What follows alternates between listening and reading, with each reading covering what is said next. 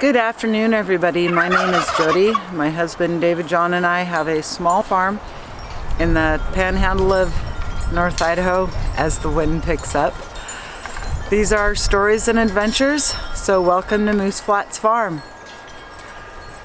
So I have out here in the in-ground garden, I have gone through and filled the beds with soil and covered them with the pine shavings. I did get the 2 corn bed covered, so let's show you that. So all the beds are covered and ready to plant once it's warm enough to get in there. Well guys, after spending the 5 hours in the rain out there working and getting thoroughly chilled out, decided that I needed to come into the hoop house anyways because I've really got to get this the radishes picked because they're absolutely massive and kind of blocking out the cauliflower. Show you what I mean. So this is by far the best radish haul I have ever had.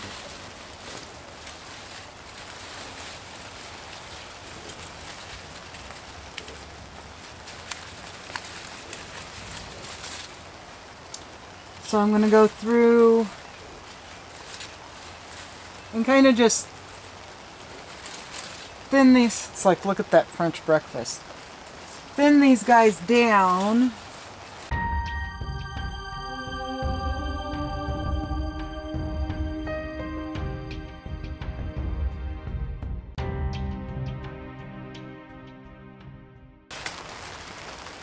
Oops, got a baby one. That guy's massive.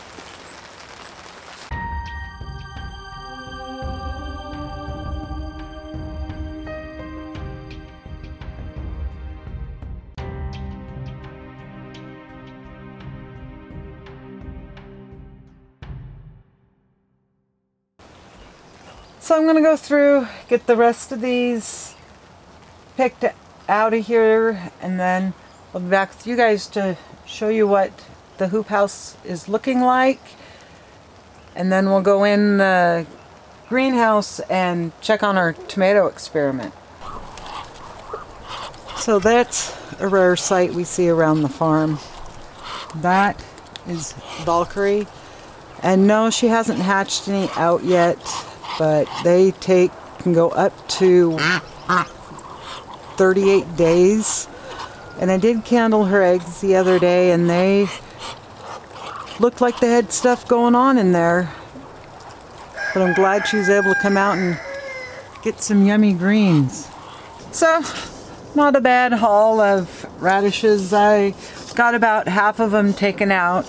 So let's look at what the greenhouse looks, or the hoop house looks like, and then we'll go into the greenhouse. So there, as you can see, what's left looks a little tossed and torn, but it should recover.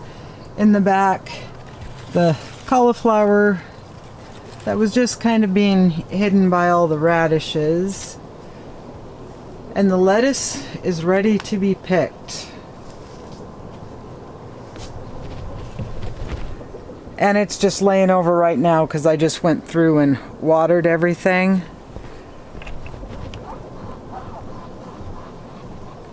But the carrots are just doing amazing. More cauliflower. Over here everything is doing great. The broccoli and carrots. And my beets have finally started to come on. They were a little slow. And then the golden acre cabbage in the back. But look at that spinach and Copenhagen cabbage. Yeah, need to get a solid spinner. But the few little celeries that germinated are coming on. A couple of the Da Vinci, as I was saying before the camera died. And my pak choy is doing really good. It is ready to be picked. And the flat Dutch cabbage in the back there is looking good. So since it's not raining at the moment, let's see if we can get over to the greenhouse with. Well, the asparagus, even though the chickens kind of got in there and did some damage, they all have sprouts coming up on them. And because they're doing okay in the pots, it's not critical to get them into the ground. I just have to get it done sooner than later. You guys hear the thunder? She's rumbling. Okay, so our tomato science experiment right here. See if I can get the camera to focus in where I do have roots growing. Try to lift him up. But hopefully you can see right there. Yeah. You can see those are roots that are growing. He's got one here.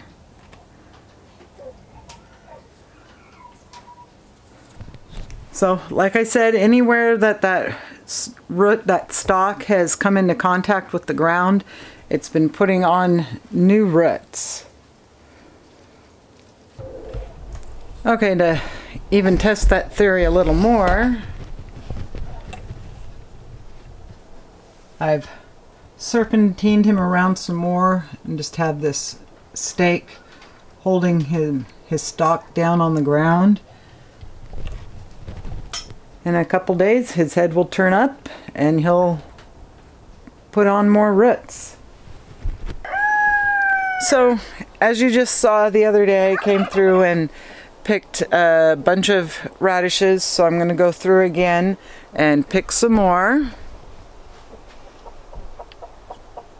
Go through that. And then I'll meet you guys down at the house and we'll go through the process of getting these guys sliced up and canned for consumption later. So the first step when you're going to be doing anything canning wise is getting your product cleaned and cut up. So this is the stuff from the other day, so I'm going to go through and trim the ends off so it's nice and neat. Give it a good thorough wash again. Got, looks like a lot, but when it's mostly leaves, so I've got to go through and get these guys cleaned up, and then we'll be back. We are going to be using a KitchenAid slicer to slice these. You could slice them by hand, but since I have quite a few, the slicer will just make it nice and quick.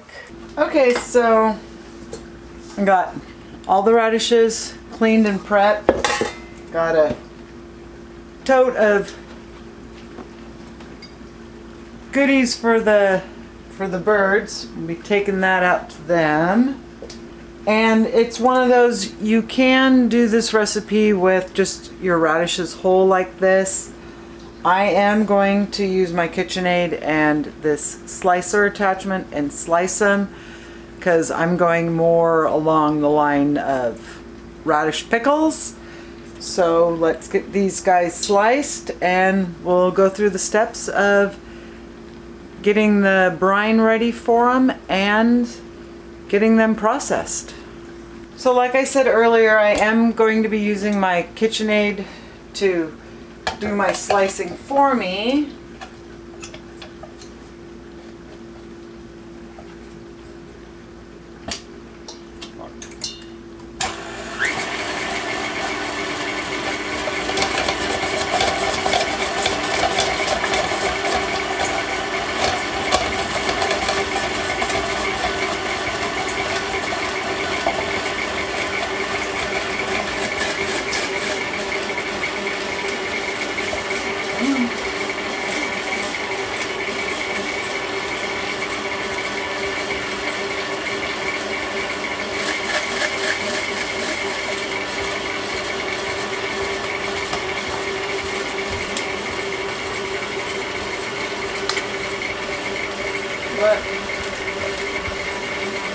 And then I get the plunger jam.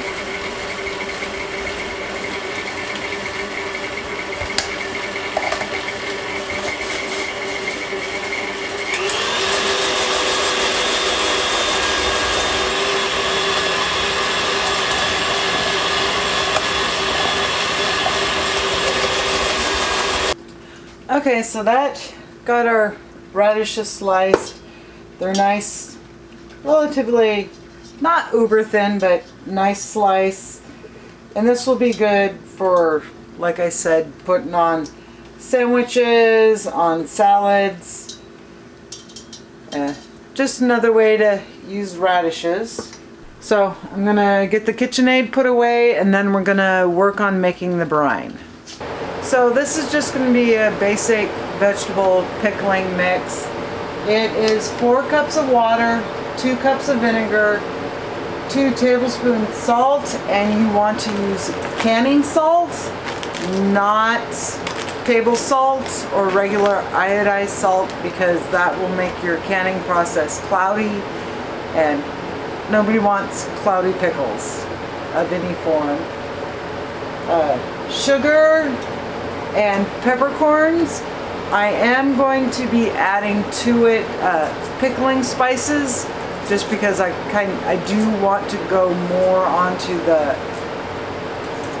pickly flavored on these radishes. They are extremely mild. That's one thing nice about growing your own radishes, is the store-bought ones tend to be a little harsher in taste and a little not as fresh as if it's grown in your backyard.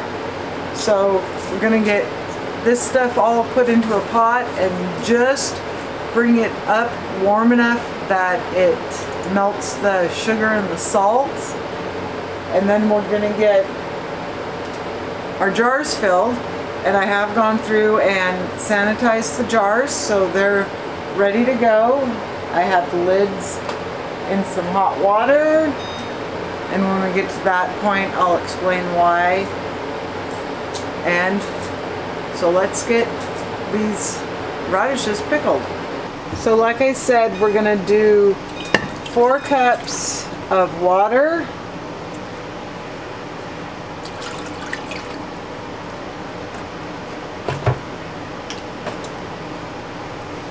two cups of vinegar,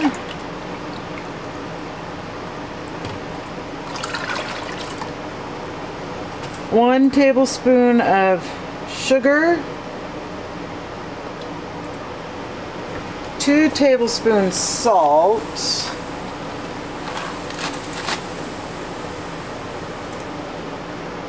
1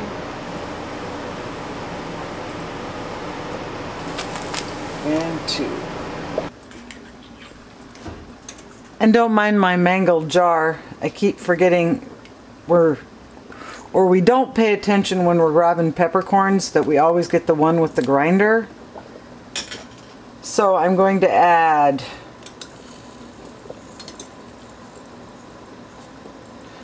because radishes are kind of on the peppery side, I'm just going to add 1 tablespoon peppercorns and 4 tablespoons pickling spice,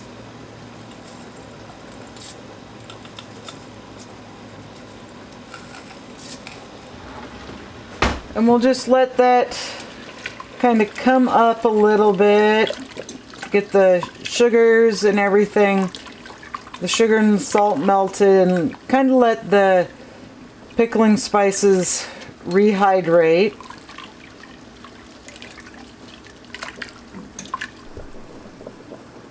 Okay, so this has come up to a boil and everything is all melted. The pickling spices are working on being rehydrated, so I've turned that off. The next step will be filling our jars with the sliced radishes.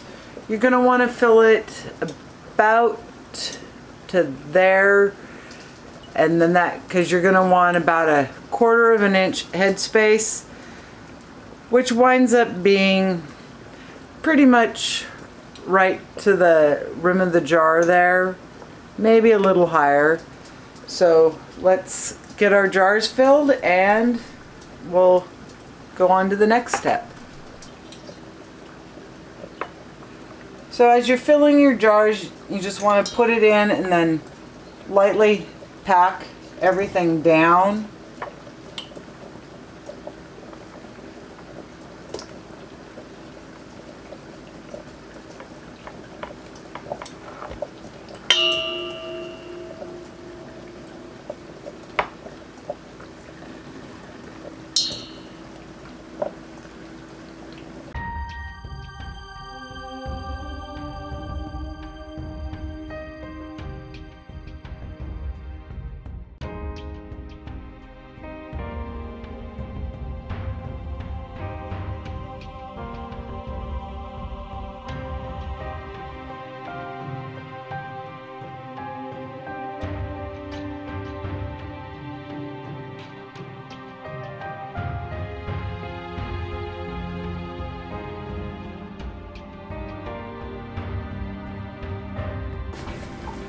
So the next step will be taking our brine and filling our jars.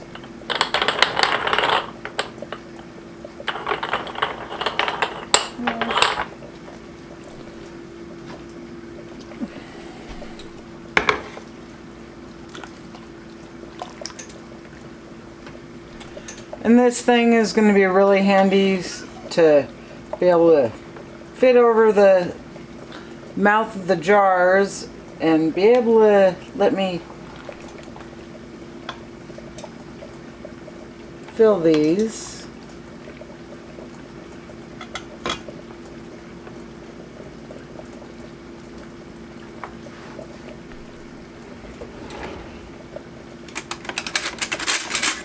And then you want to just take a knife and just kind of gently remove air bubbles, air pockets, and the stuff is going to float to the top. But that pretty much gives us the 1/4 inch head space. Stuff has floated up, and we'll go through and get the rest of these filled.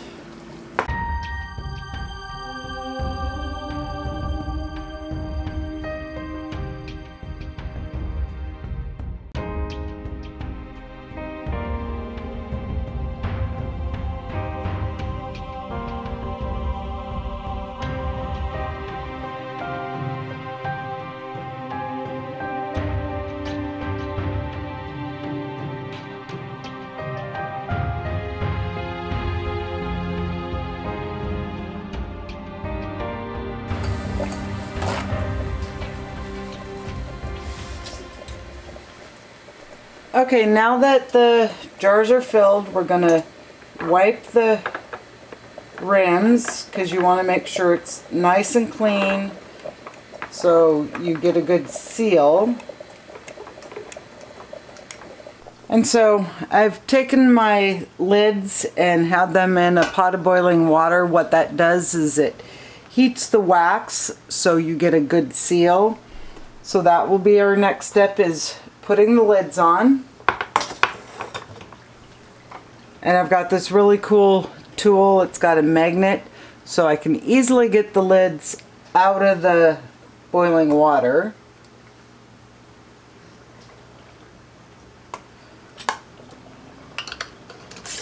You put the rings on and then you just go finger tight.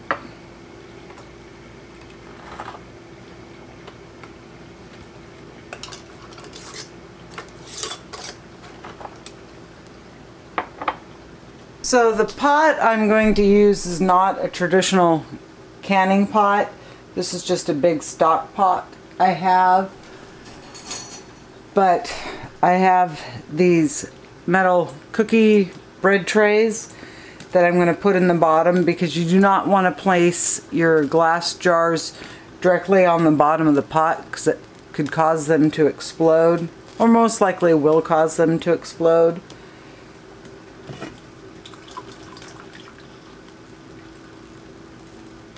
So I'm just going to put this in the bottom and use another handy dandy canning tool,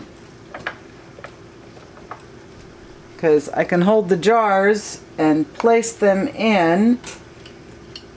And I just guessed about where I'd need the water level to be, because you want it about an inch above the lids of the jars.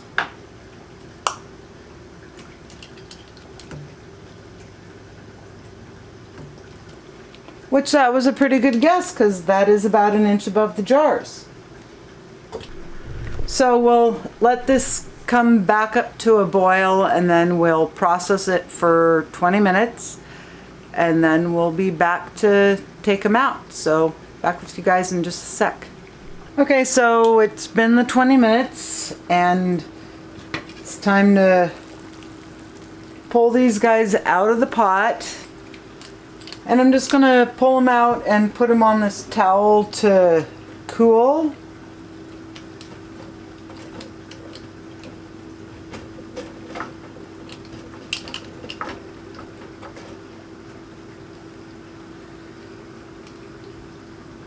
And I always flip mine upside down for about 5 minutes before I flip them back up. I've just found that it helps with the sealing process.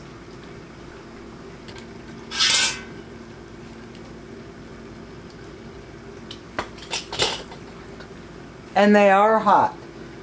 And I just lay a towel over the top of them.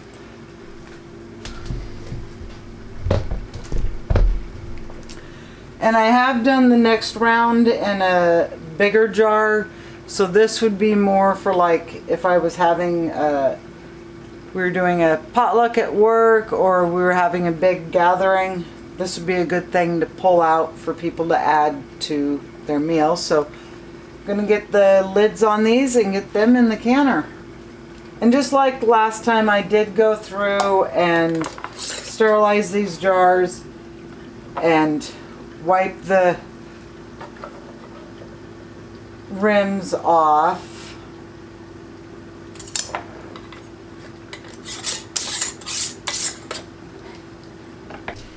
Get these ones in the pot.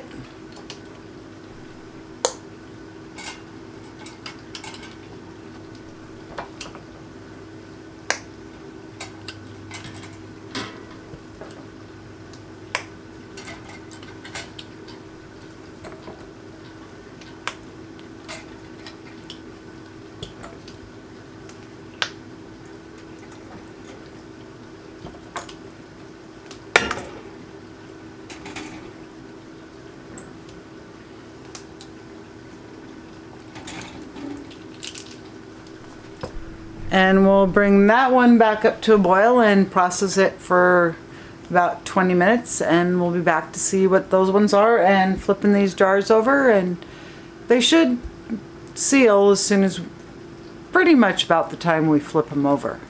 Okay, so the second batch is in, it's boiling. Probably turn it down a little more, keep it boiling. Now it's time to flip these jars over.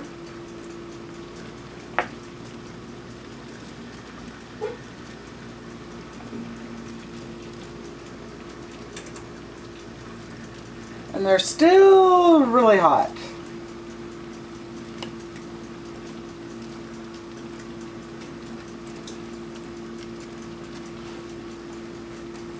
So I'll just cover them, and as they start to cool, I'll start hearing the tink tink tink of everything sealing up. But isn't that a pretty thing? It will be interesting to see if it keeps the pink color or if the vinegar washes everything out to white. Okay, so these ones are ready to come out.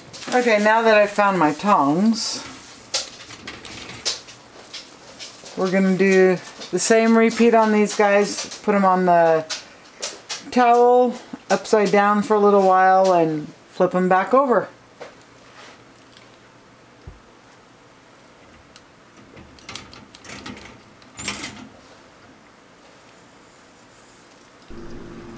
Okay, so it's the next morning. The jars have thoroughly cooled and have sealed. And an important step is to remember to label what you have put in. I don't have good handwriting, so I just print me labels, but didn't that turn out pretty?